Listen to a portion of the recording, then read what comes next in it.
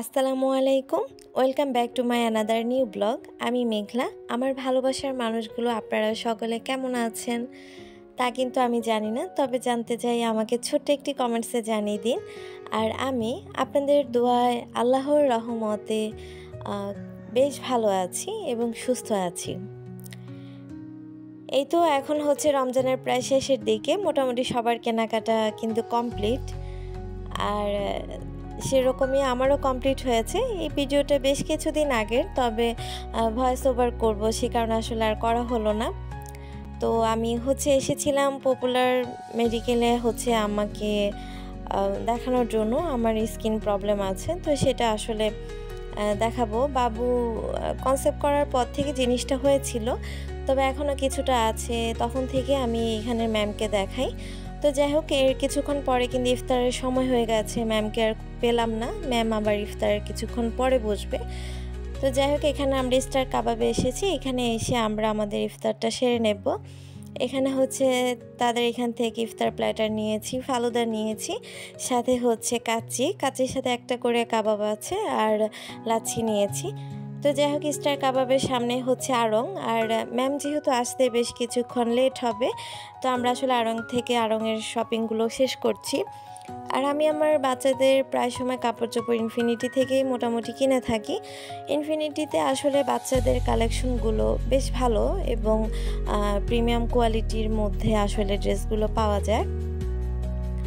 আর ধানমন্ডি আড়ংয়ে আসলে আমার এর আগে কখনো আসা হয়নি, কারণ এই দিকটা আমার বাসার সাইড থেকে একটু উল্টো সাইড। আমি ম্যাক্সিমাম সময় ওয়ারির আড়ংটাতে গিয়েছি।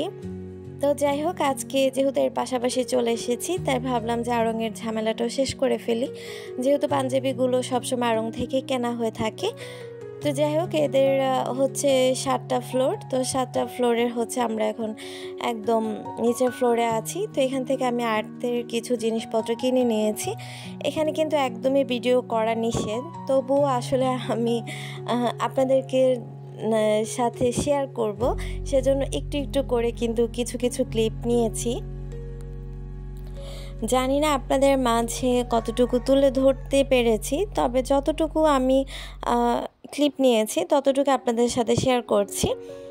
আর আমরা মোটামুটি ঢাকা শহরের আশেপাশে যারা থাকি তারা কিন্তু আড়ং থেকে কেনাকাটা অবশ্যই করি। আর যদিও বা এটা খুব এক্সপেন্সিভ, কারণ তারপর আসলে মান ভালো, সেক্ষেত্রে কিন্তু আসলে মানুষের ঝোঁকটা একটু এদিকে বেশি। তবে আমি মনে করি যে প্রোডাক্ট হিসেবে দামটা আর একটু কম হলে দেখা গেছে তা আমাদের জন্য কেনাকাটা করতে আরও বেশি সুবিধা হতো। তো যাই হোক, এখানে আমি আমার ড্রেস কালেকশন দেখেছি কিছু। তো এখান থেকে আমি 2 পিস নিয়েছি, 2টো।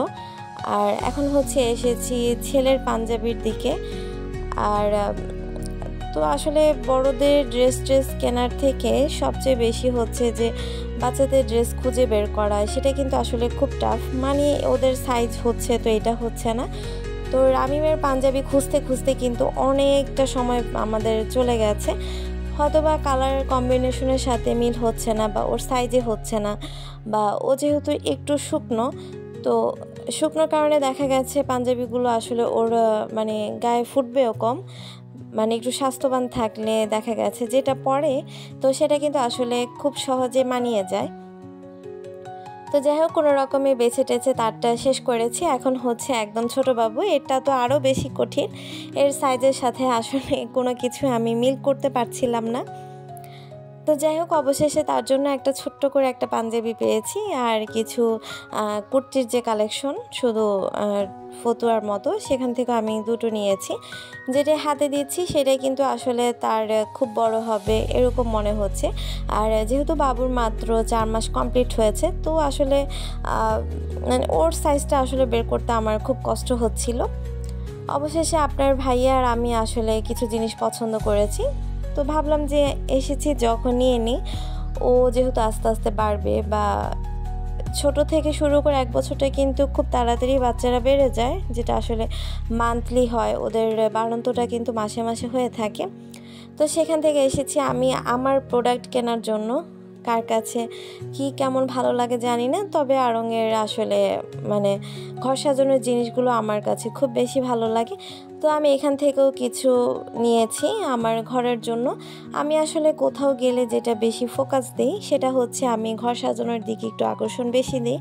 হয়তোবা আমি ড্রেস একটা কম নিব বা ড্রেসের প্রতি আমার আকর্ষণ খুবই কম থাকে, সেটা দেখা গেছে কিনে নিলে সেটা আলমারিতেই পড়ে থাকবে বা আসলে মানে সেটা কেউ দেখবে না বা আমিও দেখব না।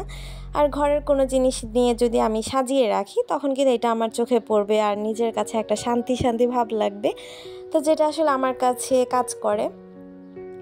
তো আসলে এগুলোর প্রাইস সম্পর্কে আপনাদের মোটামুটি সবার ধারণা আছে। এগুলো আসলে আমি ধরে ধরে দেখব বা জিজ্ঞাসা করব, তার কোনো সুযোগ নেই, কারণ তারা আসলে ভিডিও করতে একদমই নিষেধ করেছেন। তবু যেহেতু অনেক ভিড় ছিল, ভিড়ের মাঝে মাঝে আমি কিন্তু একটু একটু করে ক্লিপ নিয়েছি। আর এখানে আছে কিছু মিররের কালেকশন। তো মিররগুলো আসলে এক একটা এক এক ডিজাইন কাজে সম্পূর্ণ। তো আসলে আমাদের বাংলাদেশের এই যে কারুজ জিনিসগুলো নিয়ে যে আড়ং একটা মানে প্রতিষ্ঠান তৈরি করেছে, এটা কিন্তু আসলে খুব ভালো একটা জিনিস। তো যাই হোক, এদিকে হচ্ছে বাচ্চাদের টয়েজের যে সাইডটা সে সাইডটা, আর এদিকে হচ্ছে আমি একটু প্ল্যান্টের এদিকে এসেছি, যদি মানি প্ল্যান্ট পছন্দ হয়ে যায় তাহলে নিয়ে নেব। এখানে মানি প্ল্যান্ট, তারপর হচ্ছে আর প্ল্যান্টের নাম বলে আসলে শেষ করা যাবে না, বিশেষ করে ঘরে রাখার যে প্ল্যান্টগুলো সেই সব ধরনের প্ল্যান্টই কিন্তু এখানে আছে।